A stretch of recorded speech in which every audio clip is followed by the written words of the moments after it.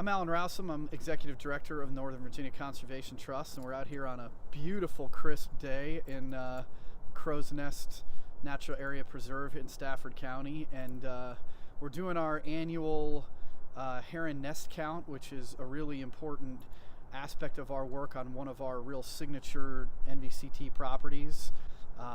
We own a heron rookery here that was one of the real NVCT's first forays into the Stafford County area and one of the most biodiverse parts of our nature preserves that we protect throughout Northern Virginia. And it's a great partnership with the State Department of Conservation and with Stafford County that we steward this land together. And not only are we working on making sure that the heron nests are safe and that the herons are able to come back each year, but we're also working on protecting more and more private land in the area to create a connected landscape for the wildlife and hopefully for additional outdoor recreation in this region. So I'm Kathy Baker, Assistant Director of Planning and Zoning for Stafford County. Also oversee the Land Conservation Purchase of Development Rights Program for the county.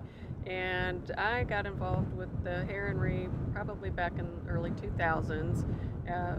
So in 2005, 2006, we started doing it annually. We're coming out to just follow the trends of the heron because the heron colony has really been out here.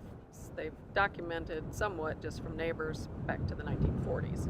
So it's been here a long time, and we just are following it for the trends of the populations. We've seen ups and downs. Today we came out we're looking at the breeding season from last summer, spring to summer, when the birds nested and fledged their young. And so we come out and see how many nests are there.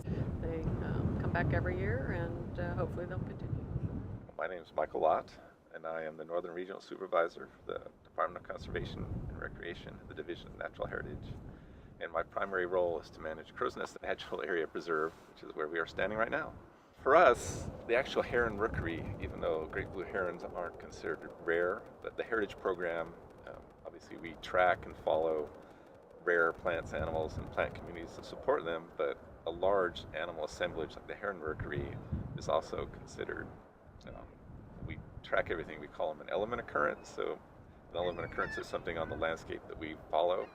And because it's one of the largest great blue heron rookeries in this part of the Chesapeake Bay watershed, it's something that we consider a natural heritage resource. So we track it every year. So one way of tracking it is counting how many nests there are every year so we can track trends over time. The canoe launch here was opened in 2015, and we opened 8 miles of hiking trail just on the other side of the creek here in 2017. So we get about 20,000 people a year coming visiting the preserve. Crow's Nest has something to offer all times of the year.